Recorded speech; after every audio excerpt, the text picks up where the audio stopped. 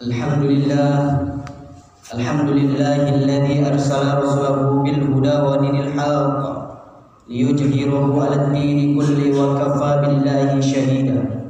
Ashhadu an la ilaha illallah wahdahu la syarika lah wa ashhadu anna Muhammadan abduhu wa rasuluhu alladzi la nabiyya ba'dah. Allahumma shalli ala Muhammad wa ala ali sayyidina Muhammad.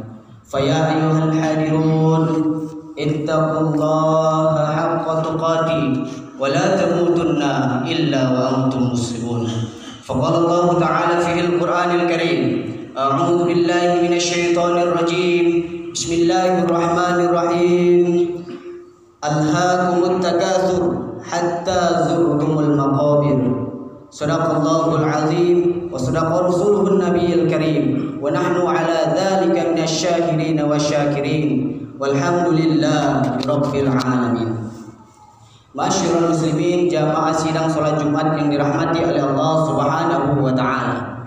Hal yang paling pertama dan utama, marilah senantiasa kita bersyukur kepada Allah Subhanahu wa taala atas limpahan nikmat, rahmat, taufik dan hidayahnya, sehingga kita masih bisa berada di tempat yang mulia ini bersama dengan orang-orang yang insya Allah muliakan dan dalam menjalankan ibadah yang Allah perintahkan, yakni menjalankan sholat fardu Jumat secara berjamaah. Bersyukur adalah sesuatu yang harus kita tanamkan, kita rasakan, karena kita adalah hamba Allah. Sebagai hamba Allah kita patut mengucapkan syukur, karena Allah berfirman, la in syakartum la azidannakum wa la in kafartum inna adzabi lasyadid. Jika kamu bersyukur atas nikmatku, kata Allah, akan aku tambah nikmatku kepadamu. Jika kamu kufur, ingkar, tidak mau bersyukur kepada Allah, apa yang terjadi? Azabku sangat pedih, kata Allah. Yang kedua, sholawat bertangkai dan salam tak lupa pula kita sampaikan kepada seorang tokoh yang tidak pernah menokok, seorang promotor yang tidak pernah naik motor, yaitu baginda Nabi besar Muhammad sallallahu alaihi wasallam. Allahumma sholli ala Muhammad wa ala ali sayyidina Muhammad. Semoga dengan kita memperbanyak sholawat atasnya, mengikuti semua tuntunan dan ajarannya, kita diampuni umatnya dan diberikannya syafaat di yaumil mahsyar nanti. Amin ya rabbal alamin. Masyarul muslimin, jamaah sidang Jumat yang dirahmati oleh Allah Subhanahu wa taala. Pada kesempatan yang berbahagia ini, khatib mengajak kepada kita semua dan kepada diri khatib pribadi tentang pentingnya meningkatkan ketakwaan kita kepada Allah Subhanahu wa taala. Takwa dalam artian menjadikan Allah sebagai tujuan kita. Ketika Allah sudah menjadikan tujuan kita dalam hidup kita, maka yang terjadi kita akan takut ketika kita meninggalkan apa yang diperintahkannya. Kita juga akan takut ketika kita menjalankan apa yang dilarangnya. Itulah hakikat takwa sebenarnya. Masyarul muslimin, jamaah sidang salat Jumat yang dirahmati oleh Allah Subhanahu wa taala. Dalam sebuah hadis dari Anas bin Malik radhiyallahu anhu, Nabi sallallahu alaihi wasallam bersabda, "Salatun mukhlaqatun." Hadis riwayat Muslim. Artinya ada 3 perkara yang akan membuat hidup kita rusak, yang akan membuat hidup kita hancur, dan yang akan membuat hidup kita binasa. Hidup kita yang sudah berada dalam jalan yang benar bisa saja belok kepada jalan yang batil. Hidup kita yang sudah berada jalan yang hak bisa saja akan berubah kepada jalan yang salah. Disebabkan oleh apa? Disebabkan oleh 3 perkara. Mudah-mudahan kita semua terhindar daripadanya. Amin ya rabbal alamin. Masyarul muslimin, jamaah sidang salat Jumat yang dirahmati oleh Allah Subhanahu wa taala. Apa saja 3 perkara yang dapat merusak hidup kita tersebut? Yang pertama, kata Nabi sallallahu alaihi wasallam, yaitu hawa muttaba'un, hawa nafsu yang diperturutkan. Yang kedua, kata Nabi sallallahu alaihi wasallam, yaitu musyahun muta'un. Apa itu? Kikir yang diikuti, kikir yang ditaati. Dan yang ketiga, kata Nabi sallallahu alaihi wasallam, yaitu yaitu wa'ijabul mar'i binafsi. Masyiral muslimin rahimakumullah. Yang pertama yang dapat merusak hidup kita adalah hawa muttaba'un, hawa nafsu yang diperturutkan. Masyiral muslimin rahimakumullah. Salah satu keistimewaan manusia dibandingkan makhluk Allah lainnya adalah diciptakannya hawa nafsu di dalam diri manusia itu sendiri. Tapi kapan hawa nafsu itu menjadi istimewa? Kapan hawa nafsu itu menjadi kelebihan? Ketika hawa nafsu itu diletakkan pada tempat, pada jalan yang tepat. Ketika hawa nafsu itu ditempatkan pada jalan yang pantas, patut, maka percayalah kita akan berada pada jalan kebenaran. Contohnya apa? Ketika seorang suami mencintai istrinya, ketika seorang anak mencintai orang tuanya, ketika seorang orang tua mencintai anaknya, itulah menempatkan hawa nafsu pada tempatnya.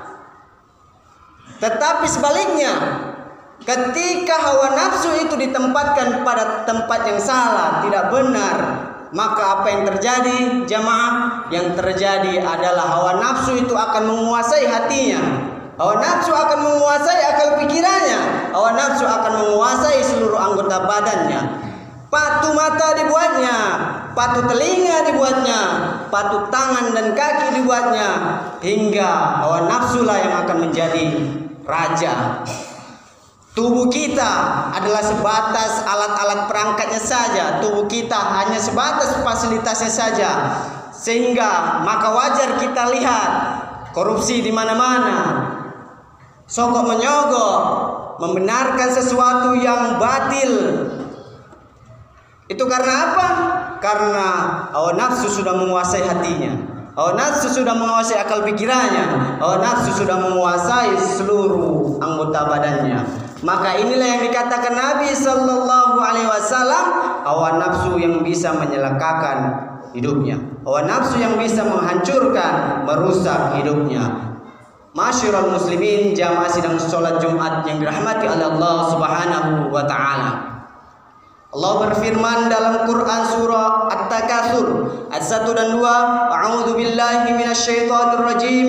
Bismillahirrahmanirrahim. Alhaakumut takatsur hatta zurtumul maqabir.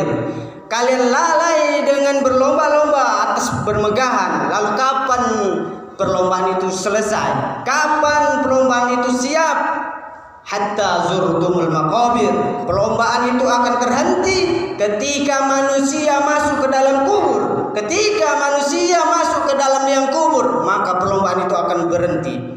Kalaulah kita masuk ke dalam kubur, barulah kita tahu rupanya apa yang kita perjuangkan selama ini, apa yang kita perjuangkan selama hidup kita, tidaklah ada. Apa yang kita perjuangkan, anak, istri, keluarga kita, semuanya perlahan-lahan pergi menjauhi kita. Semuanya perlahan-lahan pergi meninggalkan kita. Tinggal siapa? Tinggal kitalah seorang diri. Tinggal kitalah yang akan berhadapan dengan Allah di dalam kubur. Lalu siapa yang akan menolong kita? Siapa yang akan membantu kita di alam kubur? Yang akan membantu kita, kata Nabi Sallallahu Alaihi Wasallam, wa yabqa wahid, satu saja yang akan menolong kita. Siapa dia? Amaluhu, amal ibadah. Masyiral muslimin, jamaah salat Jumat yang dirahmati oleh Allah Subhanahu wa Ta'ala. Yang kedua yang dapat merusak hidup kita adalah wasyuhun muta'un, kikir yang diikuti, kikir yang ditaati. Masyiral muslimin, jamaah sidang sholat Jumat yang dirahmati oleh Allah Subhanahu wa Ta'ala. Ada dua jenis kikir. Yang pertama namanya bakhil, yang kedua namanya syuh. Apa bedanya bakhil dengan syuh ini? Bakhil adalah orang yang terkena penyakit bakhil, orang yang memakan hartanya sendiri, namun dia tidak rela harta rezekinya sampai kepada orang lain. Harta rezekinya diberikan kepada orang lain. Ini namanya bakhil. Apa ada orang bakhil di kehidupan kita? Ada, sangatlah banyak dalam kehidupan kita. Yang kedua adalah syuh. Apa itu syuh?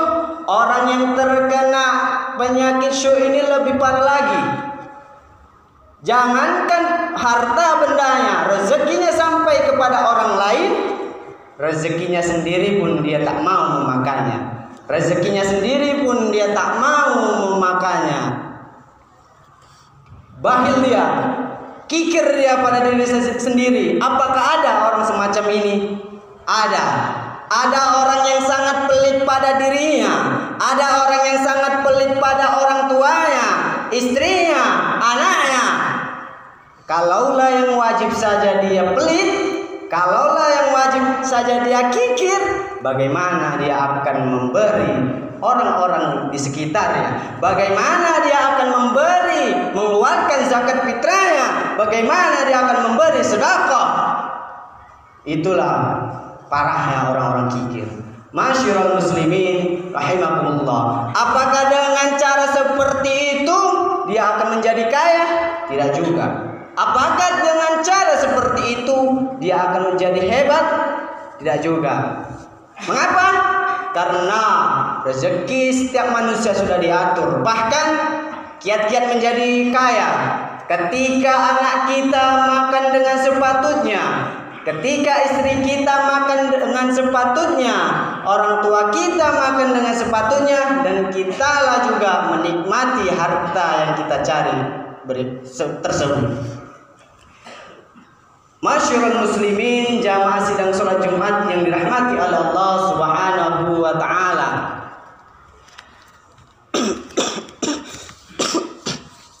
Orang yang kikir dan kikir terhadap orang lain dan memperturutkan kekikirannya adalah dia yang tak rela ketika rezekinya dimakan oleh orang lain dan oleh dia sendiri.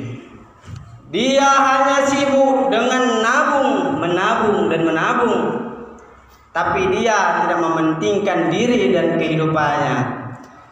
Apa yang terjadi kemudian, apa yang dia cari sebetulnya tidak ada sama sekali. Banyak yang dia inginkan, tetapi hanya sebuah impian. Semua hanyalah sebatas fata morgana. Rasanya manis, rasanya akan kaya, rasanya akan banyak, rasanya sampai kita lupa bagaimana kita merasakan menikmati rezekinya, sampai kita lupa bagaimana kita menikmati harta bendanya, bagaimana sampai kita lupa bagaimana kita memberikan rezekinya itu kepada orang-orang sekitar kita, anak kita, istri kita, orang tua kita, dan jiran tetangga kita yang memerlukannya. Masyiral muslimin, jamaah sedang sholat Jumat yang dirahmati oleh Allah Subhanahu wa taala. Yang terakhir, yang ketiga apa? Adalah wa'ijabul mar'i binafsi. Orang yang bangga dengan dirinya sendiri. Ma'asyiral muslimin rahimakumullah. Dalam suatu riwayat, tidaklah seorang masuk surga bila ada di dalam hatinya ada sebesar bisawi rasa kesombongan. Hadis riwayat Muslim. Apa yang dituju iblis dalam hati manusia? Namanya sombong. Bagaimana sombong itu masuk ke dalam hati manusia? Dibukakan pintunya. Apa nama pintunya? Nama pintunya adalah bangga. Jadi manusia ini sedikit dipuji orang, bangga dia. Sedikit disanjung orang, melayang dia. Kalau bukan karena Bapak, proyek ini nggak akan berjalan dengan sempurna. Kalau bukan karena saya, acara ini tidak akan berjalan dengan sempurna. Seolah-olah kalau bukan karena dia, seolah-olah kalau bukan karena saya, acara dan proyek ini tidak akan selesai dengan sempurna. Sebetulnya ini adalah awal dari iblis akan menumbuhkan dua penyakit di dalam hatinya. Apa dia? Penyakit sombong dan angkuh. Masyiral muslimin, jamaah sidang salat Jumat yang dirahmati oleh Allah Subhanahu wa taala. Sombong adalah miliknya Allah, sifatnya Allah. Kita sebagai umat manusia yang statusnya hanyalah hamba, tak wajar, tak patut kita memiliki kepunyaan Allah. Maka tatkala kita dipuji, tatkala kita disanjung, kembalikanlah sanjungan dan pujian tersebut kepada Allah Subhanahu wa taala dengan mengucapkan alhamdulillahirabbil alamin. Segala pujian hanyalah milik Allah Subhanahu wa taala, Tuhan semesta alam. Demikianlah khutbah singkat pada siang yang berbahagia ini. Semoga dapat menjadi sokongan moral dan bermanfaat untuk kita semua. Dan semoga kita terhindar dari 3 perkara tersebut. Amin. Amin ya rabbal alamin. Barakallahu li wa lakum fil Qur'anil azim. ونفعني وإياكم بما فيه من الآيات وذكر الحكيم تقبل الله مني ومنكم تلاوته إنه هو الغفور